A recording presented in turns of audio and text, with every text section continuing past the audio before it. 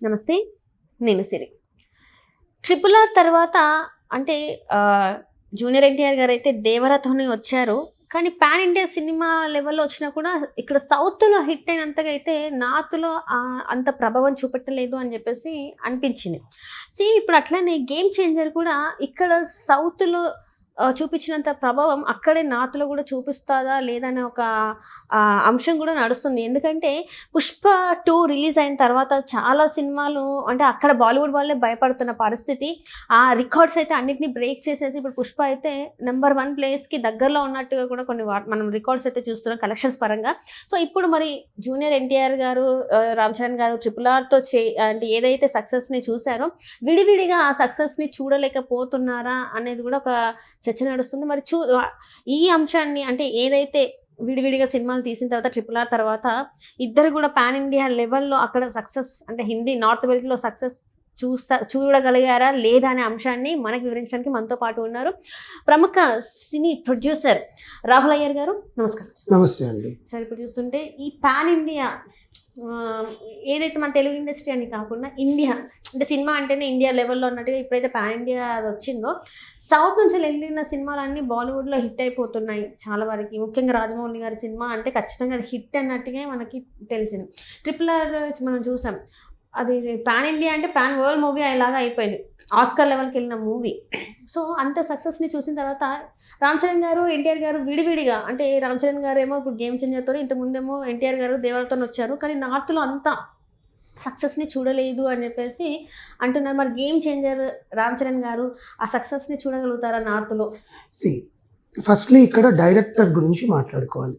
సక్సెస్ని హీరోల కన్నా కూడా ఆల్రెడీ ఇక్కడ సక్సెస్ఫుల్ హీరోస్ వేరే ప్లేస్కి వెళ్ళి సక్సెస్ చూడాలి అనుకోవడమే ఎంతో పొరపాటు. నీ రేంజ్ ఎక్కడ చూపించుకున్నారు? ఆస్కార్ లెవెల్లో చూపించుకున్నారు హీరోలు, మన తెలుగు మ్యూజిక్ డైరెక్టర్ మన వాళ్ళు.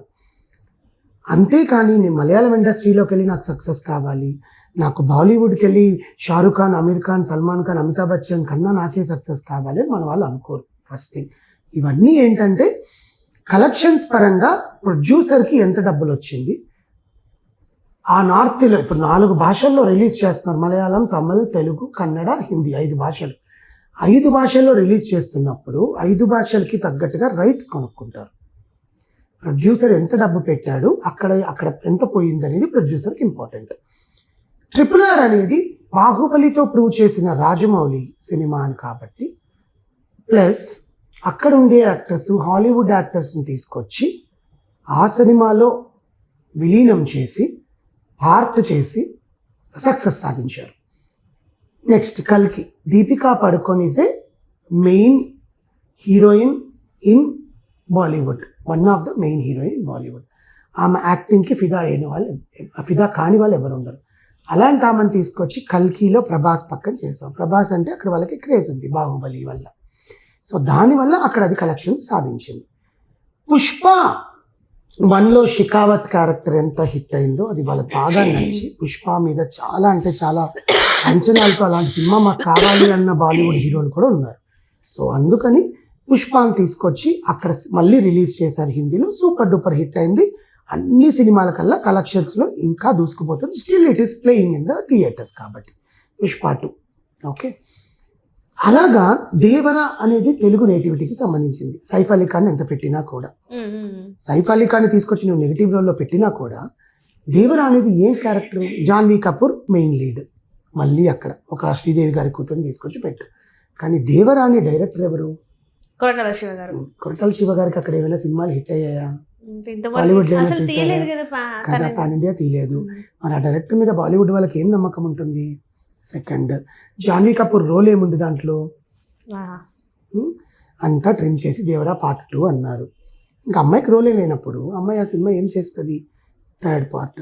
అమ్మాయి అంత దూరం ఇక్కడికి వచ్చి ప్రీ రిలీజ్ ఈవెంట్ చేసుకోవడానికి అమ్మాయి అంత దూరం నుంచి వస్తే ఎన్టీఆర్ గారికి అవకాశం లేకపోయింది, ఈమెకి అవకాశం లేకపోయింది మన ఈవెంట్ ఆర్గనైజేషన్స్ వల్ల. సో ఎందుకు చూస్తారు అక్కడ? కలెక్షన్ ఏ రకంగా వస్తుంది?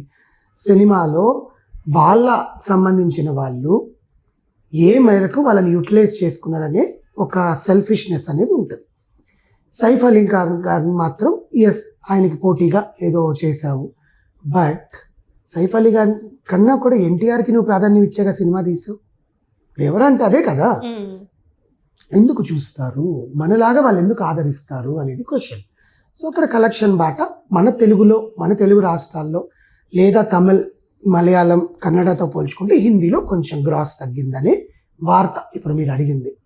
సేమ్ అదే పందాలో రామ్ చరణ్ గారికి అక్కడ ఫ్యాన్స్ ఉన్నారు. అంటే మరీ బన్నీకి ఉండే ఫ్యాన్స్ కాకుండా నార్మల్గా ఉండే ఫ్యాన్స్ రామ్ చరణ్ గారికి ఉన్నారు అక్కడ. ఆయనకంటూ ఒక క్రేజ్ ఉంది, బికాజ్ ఆయన కూడా ఆస్కార్ RRR కాబట్టి.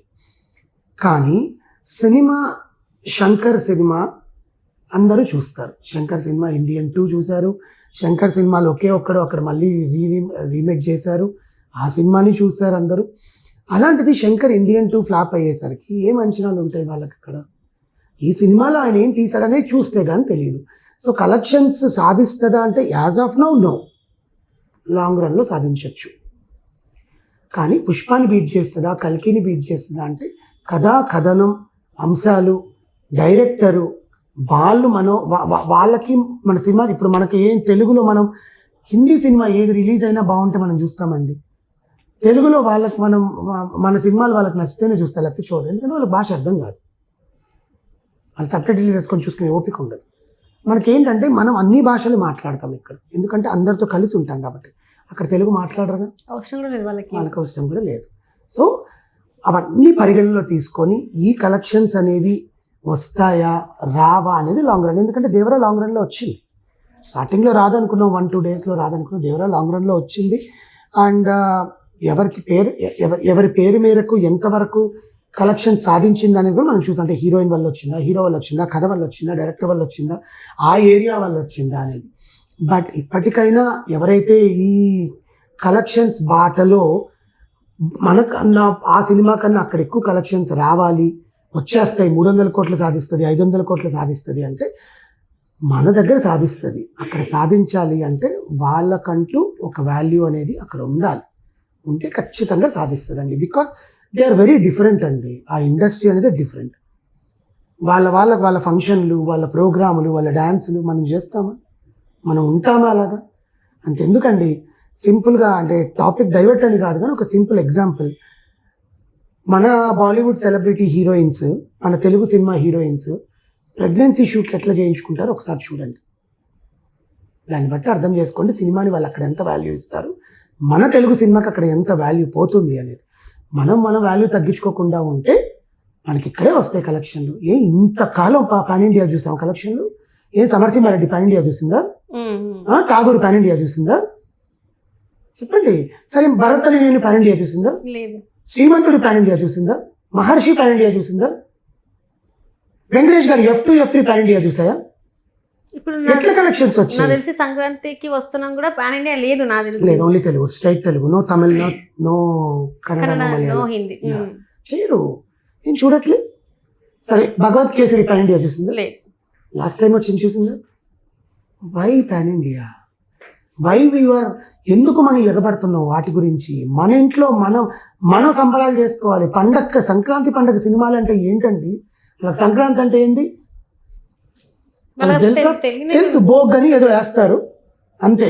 లోహ్రీ ఫెస్టివల్, అది కూడా గుజరాత్లోనో రాజస్థాన్లో ఎక్కడో చేసుకుంటారు లోహ్రీ, అంతే, డన్.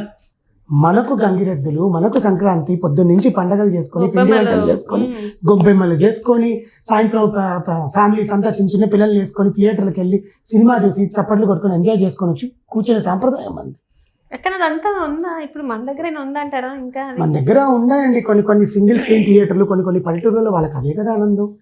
సిటీ అంతా మనం బాలీవుడ్లో హిట్ అయిందా, బాలీవుడ్లో వాడు మన వాళ్ళని విమర్శించాడు, వాళ్ళు మన సినిమాలు బ్యాన్ చేస్తున్నారని మనం మాట్లాడుకుంటున్నాను తప్ప ఆ కలెక్షన్ రాలేదని లబోదిబోని తలబట్టి నిన్నోడు పెట్టుకున్నాడు అక్కడ కలెక్షన్ల కోసం. తెలుగులో 450 కోట్లు పెట్టి అదే 45 నీ సినిమాలో పసం ఉంటే ఖచ్చితంగా వస్తుంది. అసలు 450 కోట్లు ఎందుకంటే 100 కోట్ల సినిమా తీయలేదా? ఇంతకాలం తీశారు, ఇంతకాలం 1000 కోట్ల సినిమానే తీశారు. ఇంత ముందు సినిమాలు ఎన్ని తీస్తే అన్ని ఆల్మోస్ట్ 1-2 ఫ్లాప్ అయ్యామేమో, అన్ని హిట్ అయ్యాయి. అసలు ఇంకా పక్కన పెట్టండి, మహేష్ బాబుతో 100 కోట్ల సినిమా తీసారా ఎవరైనా? వెంకటేష్ గారితో తీసారా 100 కోట్ల సినిమా? కానీ ఇప్పుడు నాగార్జున గారితో తీసారా 100 కోట్ల సినిమా? రాజమౌళి గారి సినిమా వస్తుంది కదా. That is what you people created hype. మేము 1000 కోట్ల భారీ బడ్జెట్ ఫిలిం అని మీరు చెప్పుకొని తిరుగుతున్నారు. 10 కోట్లు 5 కోట్లు 20 కోట్లు 30 కోట్లలో కూడా వాళ్ళకి పెట్టి తీయచ్చు. మీరు 1000 కోట్లు అడుగుతున్నారు కాబట్టి వాళ్ళు 110 కోట్లు రెమ్యునరేషన్ తీసుకుంటారు. నేను నా దగ్గర బడ్జెట్ 100 కోట్లేనండి, చచ్చినట్టు తగ్గి తీసుకోడు కదా. ఏం టెక్నాలజీలో మీరేం విఎఫ్ఎక్స్ ఎందుకు? విఎఫ్ఎక్స్ నీకు ఏం చూపిస్తావు? ఫ్యాంటసీ వరల్డ్ ఎందుకు? జనాలకి నువ్వు ఫ్యాంటసీ వరల్డ్ చూపిస్తేనే సినిమాలు నచ్చుతున్నాయా?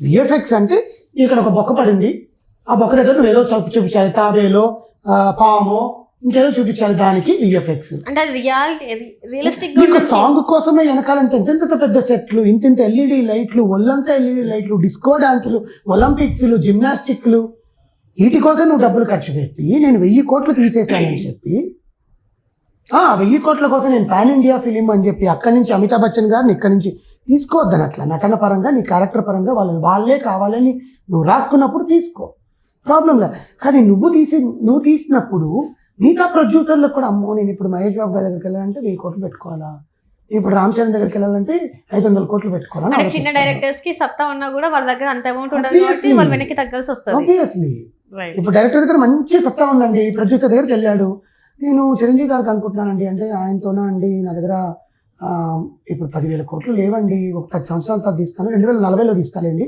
అని చెప్తాడనమాట. మనం హైప్ ఇచ్చుకొని మనం చేస్తున్నామండి. అది సినిమా, తెలుగు తల్లి, తెలుగు తలమ్మ తల్లి మనల్ని హక్కును చేర్చుకుంటుంది ఏ ఆర్టిస్ట్ అయినా కూడా. అందుకని సో ప్లీజ్ కలెక్షన్స్ పరంగా ఎక్కువ హైప్ పెట్టుకోకుండా ఉంటే వస్తాయి. Thank you so much.